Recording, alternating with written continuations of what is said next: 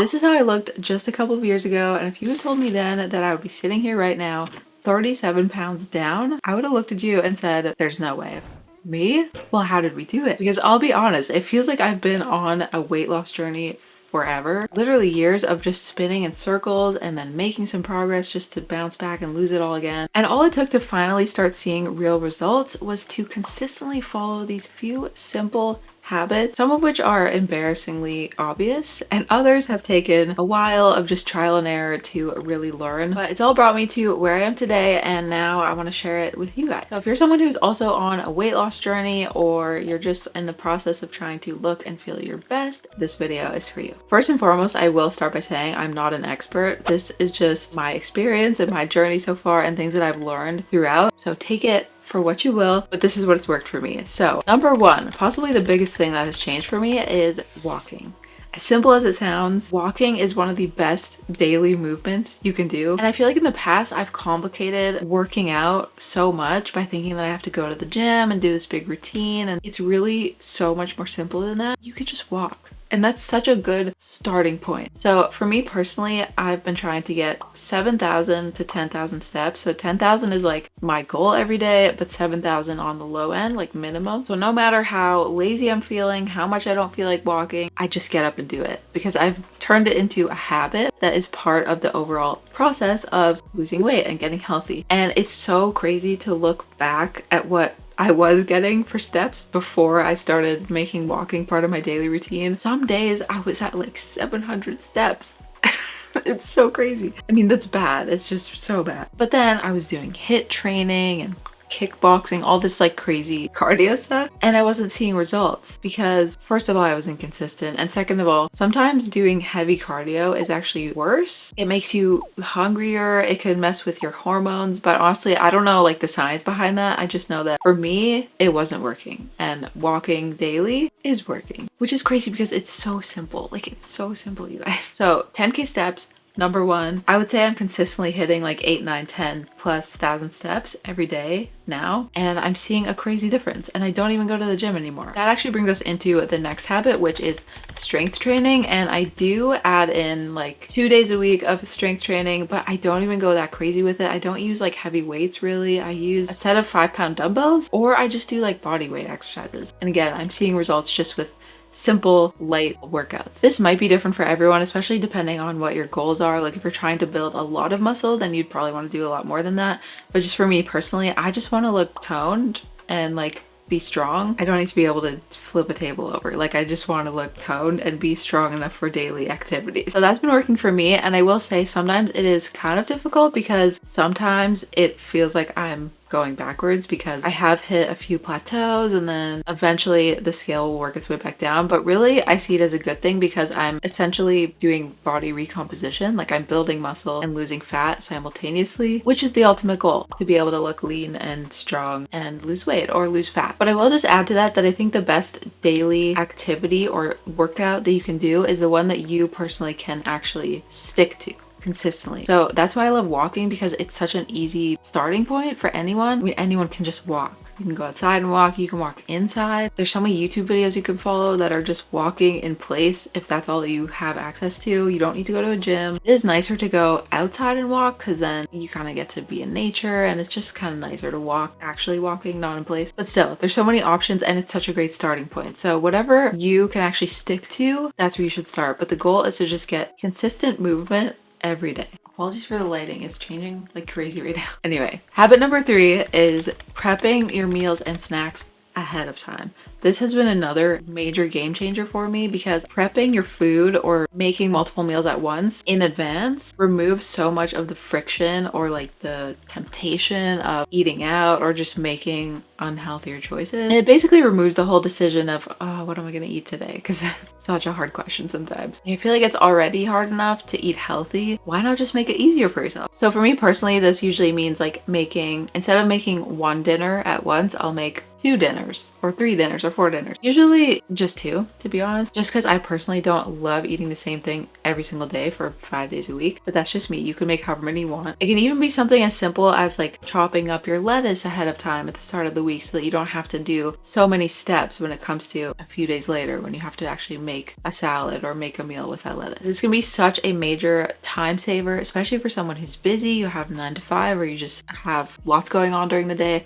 It's just one less thing you have to think about, but you can still reach your goals and make healthy choices. Definitely recommend. Also, I will say I'm someone who personally has a very rampant sweet tooth.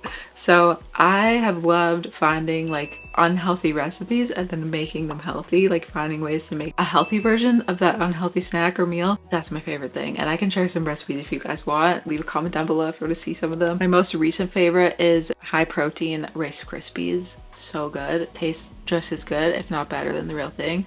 Highly recommend. And just to give a few other examples, you can also make things like healthy granola that you can put on top of yogurt bowls. You could do hard-boiled eggs. Those are nice and easy to just take out of the fridge and eat whenever. You can eat things like pepperoni sticks. Those are a good protein hack. But highly recommend prepping your food. Habit number 4 that has also been super helpful for me is tracking and weighing all of my food, and then also getting specific about the numbers. So first and foremost, if you're trying to lose weight, you need to be in a calorie deficit. So you need to find out how many calories your body burns just naturally, which you can do by finding a BMR calculator online. There's so many out there. I'll link some down below too if you want to check that out.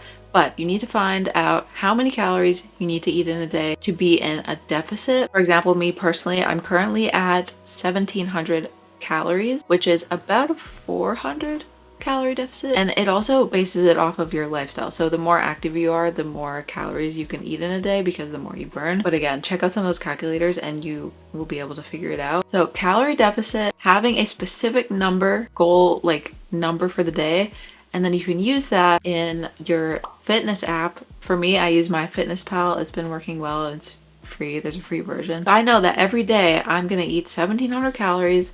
I'm gonna eat about 110 grams of protein, and then every day I can just plug in my meals and make sure that it's all lining up and I'm fitting within my goals. This is something I've been doing for the past like 3 months consistently, and it's made such a big difference because clearly before I was eating way more than I realized. Like, it's actually shocking how much more I was eating than now. Try it, you'll see. And along with that is weighing all of your food. Now, I feel like personally the biggest thing that you should weigh is your protein, like your meats, your starches ideally, like pasta, potatoes. Like I will literally measure potatoes to make sure that I don't have too many.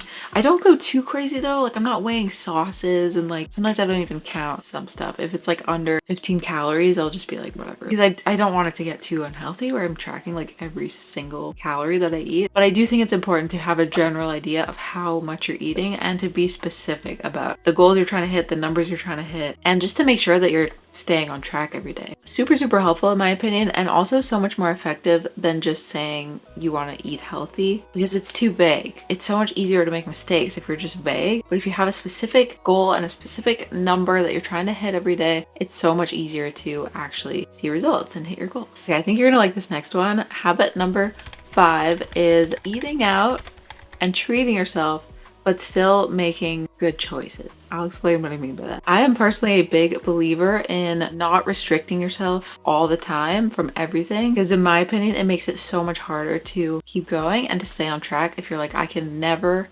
ever have another cookie in my life. Like, see how crazy that sounds? You can have a cookie, you just have to figure out how to fit it into your goals. Or maybe you only have half a cookie if that's all that fits in. So I personally think that treating yourself is okay sometimes, and eating out is okay sometimes. You just have to figure out how to do it better and in a healthier way than you would have before.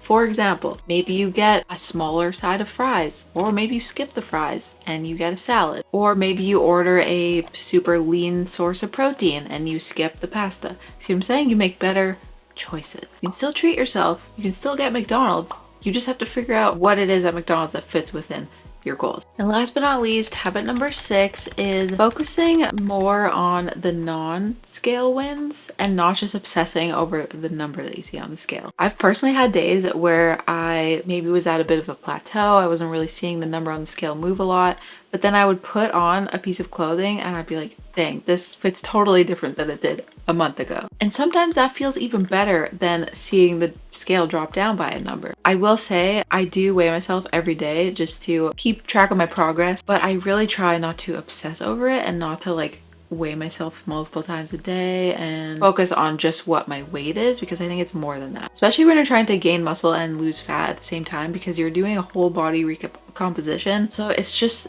natural and normal that you're gonna have some fluctuation sometimes. Something else you can do is take measurements, which I haven't really started doing until like super recently. It probably would have been a good idea, honestly, to track progress more than just by watching the scale go down and like seeing pictures. That's another way you can really see a difference, is by looking at old pictures and being like, that's how I looked. Speaking from experience. But I've just found it to be important to focus more on the process than the results. Because if you're doing all these steps consistently and just following the process, you will see results. So to me, it's not just about the scale, it's about just staying focused on that goal. Another thing that I think is helpful for me is remembering that it's not going to be this strict forever. So I'm not going to need to weigh every potato for the rest of my life. Eventually it will get easier, but you do also have to put in the work and stay consistent in order to get there and in order to see results. But those are my 6 habits that have helped me personally lose 37 pounds so far. I'm not at my goal weight yet, but I am very happy with my progress so far. It's crazy in some ways how much easier it is than I thought, based on like the workouts I was doing before and just feeling like it was harder than it was, but really I just didn't have a good system. But I definitely plan to continue following these 6 steps, doing all of this stuff and staying consistent, and eventually I think I will hit my final goal. But yeah, I hope this video was helpful for you if you're also on a weight loss journey, or again, you're just trying to get healthier overall and more fit. Comment down below, let me know what videos you want to see next. Do you want to see meal prep videos? Do you want to see, just let me know what you want to see. I also will make sure to put some links in the description box for things like my scale and things that I found helpful throughout the journey, so make sure to check that out as well. Links to like calculators and things that have been helpful for me. But yeah, that's it for this video. I hope that you enjoyed. Thank you so much for watching, and I'll see you in the next one.